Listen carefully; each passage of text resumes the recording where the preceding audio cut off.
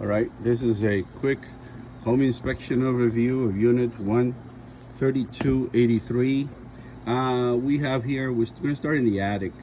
So plenty of insulation up here in the attic. They did a good job with that. I measured the thickness between 10, 11, 12 in some areas. So that's a good thing. Here is the air handler. It is a heat pump, so you get heat and also you get air conditioning depending on the setting. So this is the attic axis. When you put the cover in here, it is kind of short, and so there's a gap right here. There's an opening, so we need to adjust the panel. It's basically a drywall 5/8. It just needs to be cut back. So we're going to start here on the interior, and then we're going to go to the outside and then come back and do the inside. So we're going to start right outside, and I'm going to have my fellow inspector Wesley check with me. So we usually start on the outside, and we do the fence and the air conditioning. So here we have on the light, looks like the lens needs to be cleaned. It's not oversprayed, but they just need to be cleaned on front and back. So that's on that. Going all the way around and check all the outlets here. The outlets work. The window's in good shape. There is a broken or bent frame right here. So this screen has to be removed and replaced. Some of these columns are loose, and I have marked them with an X. I show them as I go. So here's the air conditioning unit. It is Lennox, and it's 3 ton. 1 ton covers between 500 and 600 square feet. So between 1,500 and 1,800. So some of these are loose, as you can see here. So loose column caps. We go over there. And then there's a column cap over here that they need to cut the rebar, because the steel bar right here needs to be cut back so it fits.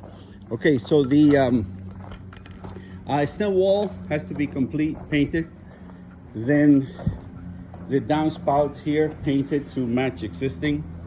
This drains because there's no cover right now.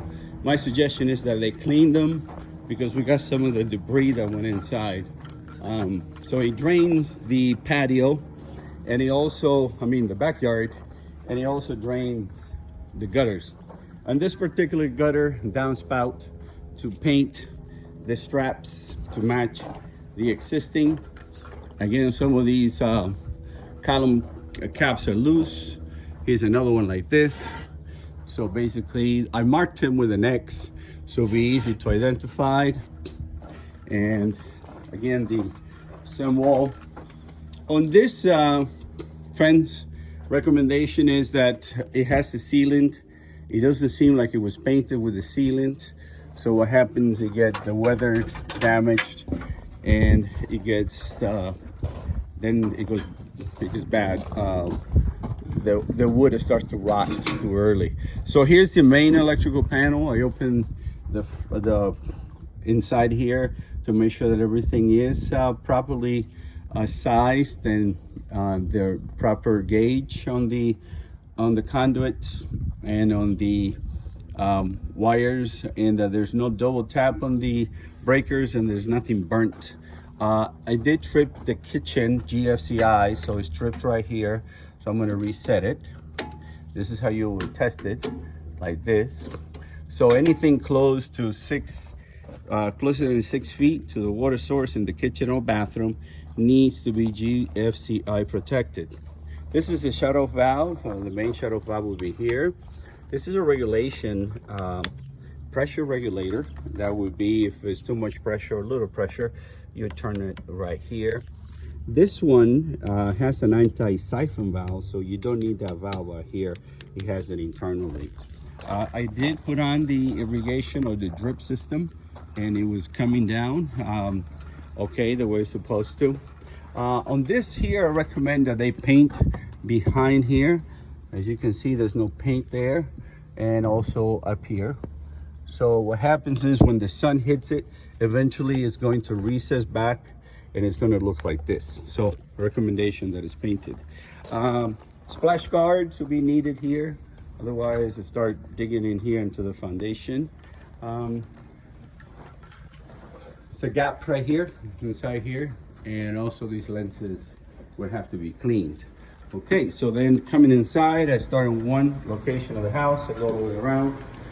Checked all the windows, open, closed, no adjustment needed. All the outlets were checked. I'm checking the dishwasher. I turned it on, basically no soap.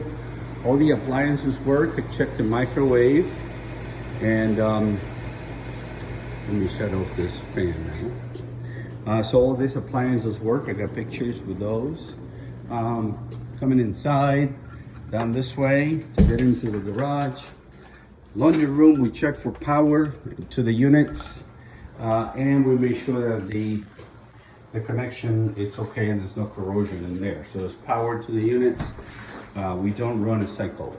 Okay, there's no garage door opener, so it comes wired to be with the garage door opener, so we could open it manually.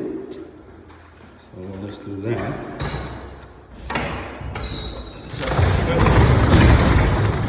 So again, the stem wall, some more painting needs to be done. The hot water heater is 50 gallons, and basically to increase the temperature, you remove this, and then there's a temperature regulator inside here. The temperature right now was 100, about 105, 106.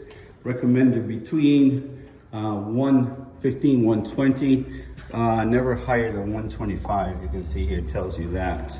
The last thing would be here, the threshold in here might need to be painted and cleaned. And then if we go inside, we'll check the temperature on the air conditioning unit.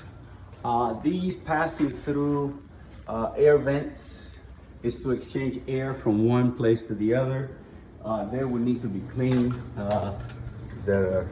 Underneath of it is some debris and dirt and stuff like that. Coming back into the master here, I checked all the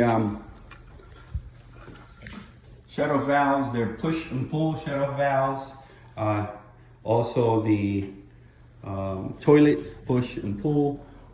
Everything else pretty much seems to be in good shape. All these doors are adjusted and closed properly. They're privacy doors. They do have the lock, so all that is good. All right, well, I hope this helps. I'll put the video and share the link. Bye-bye.